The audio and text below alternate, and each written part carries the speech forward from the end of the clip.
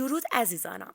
به خاطر درخواست‌های زیادتون کانالی رو براتون ایجاد کردم که تنها فعالیت‌هایی که در این کانال قرار میگیره آموزش انواع فال و گرفتن انواع فال‌های روزانه و هفتگی و دیگر چیزهایی که مربوط به حیطه ماورا و فال میشه است. همونطور که میدونید فال شخصیه و طالع هر فرد باید به طور تخصصی باز بشه. من الگوریتمی رو در نظر گرفتم که بتونیم به صورت عام ازش استفاده کنیم. این الگوریتم به این صورته که شما بین 7 رنگی که مشاهده می کنید با شهود خودتون یک رنگ رو انتخاب می کنید و حین انتخاب رنگ به نیت اتفاقات هفته‌تون هم فکر می کنید و سپس به فال رنگی که انتخاب کردید گوش میدید. امیدوارم که لذت ببرید عزیزانم. بسیار خوب. یکی از رنگ هایی که مشاهده می کنید رو انتخاب کنید و سپس به فال اون رنگ گوش بدید. عزیزانی که رنگ قرمز رو انتخاب کردند. در طی هفته آینده هفته‌ای بسیار خوشحال کننده دارم براتون میبینم.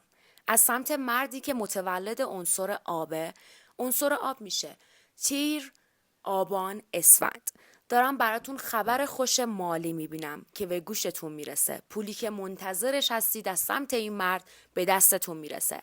تا 4 وعده دیگه میبینم که از سمت زنی که متولد عنصر آتیشه کمی بحث و درگیری براتون پیش میاد.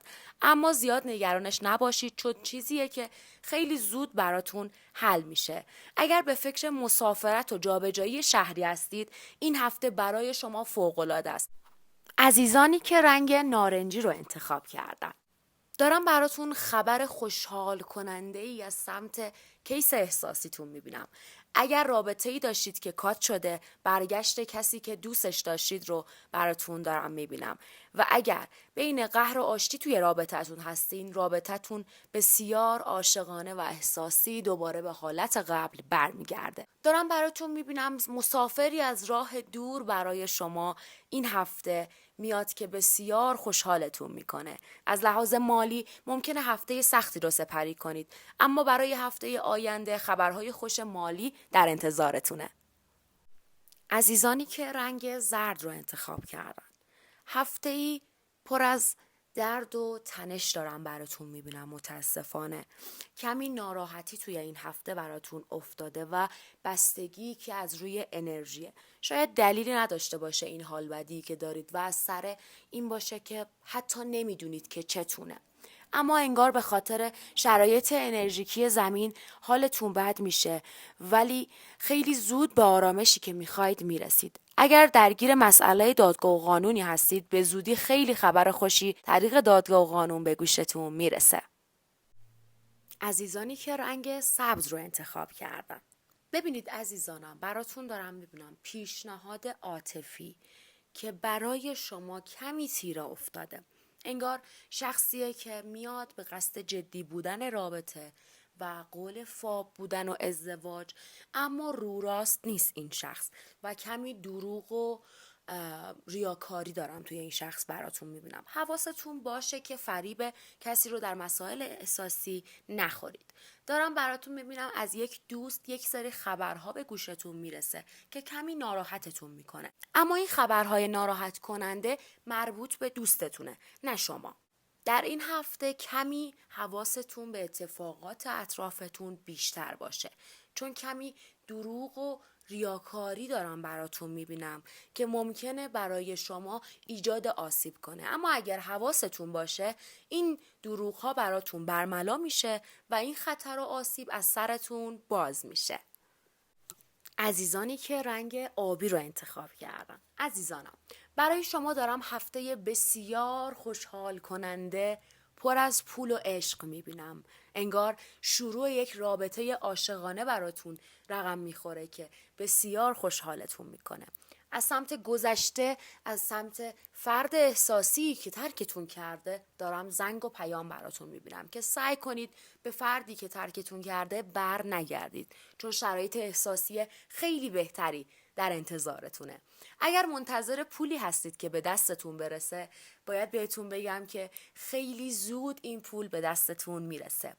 تغییراتی روی زیبایی میبینم که انجام میدید و بسیار براتون روشنه. این هفته اتفاقات بسیار خوبی براتون دیده میشه عزیزانم.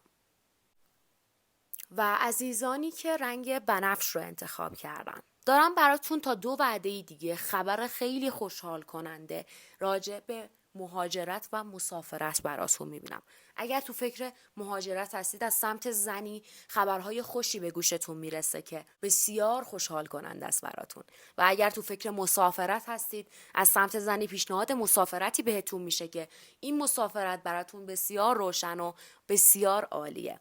از سمت مردی که متولد عنصر آبه عزیزانم، عنصر آب میشه تیر ماه، آبان ماه و اسفند ماه. دارم براتون خبرهای خوش مالی میبینم که اتفاقات بسیار روشنی براتون پیش میاد از سمت این مرد، که بیشتر میبینم این مسئله مالی مربوط به کاری باشه که این مرد به شما پیشنهادش رو میده و این کاری که بهتون پیشنهاد میشه از لحاظ مالی براتون پیشرفت بسیار زیادی داره.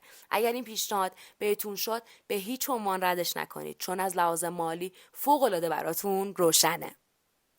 و در آخر عزیزانی که رنگ نیلی رو انتخاب کردن، عزیزانم تا 2 وعده دیگه دارم براتون جشن و مهمونی میبینم که مرد و زن در این جشن و مهمونی شرکت میکنن و شما از سمت یک خانوم به این جشن دعوت میشید که این جشن بسیار عالی و شادمان براتون میگذره.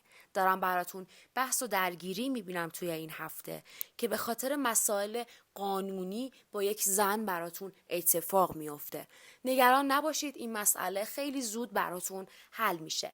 ممکنه هفته‌ای پر از رقابت رو پشت سر بگذارید، اما این رقابتی که پیش رو دارید به نفع شما حل میشه و شما در این رقابت پیروز میشید.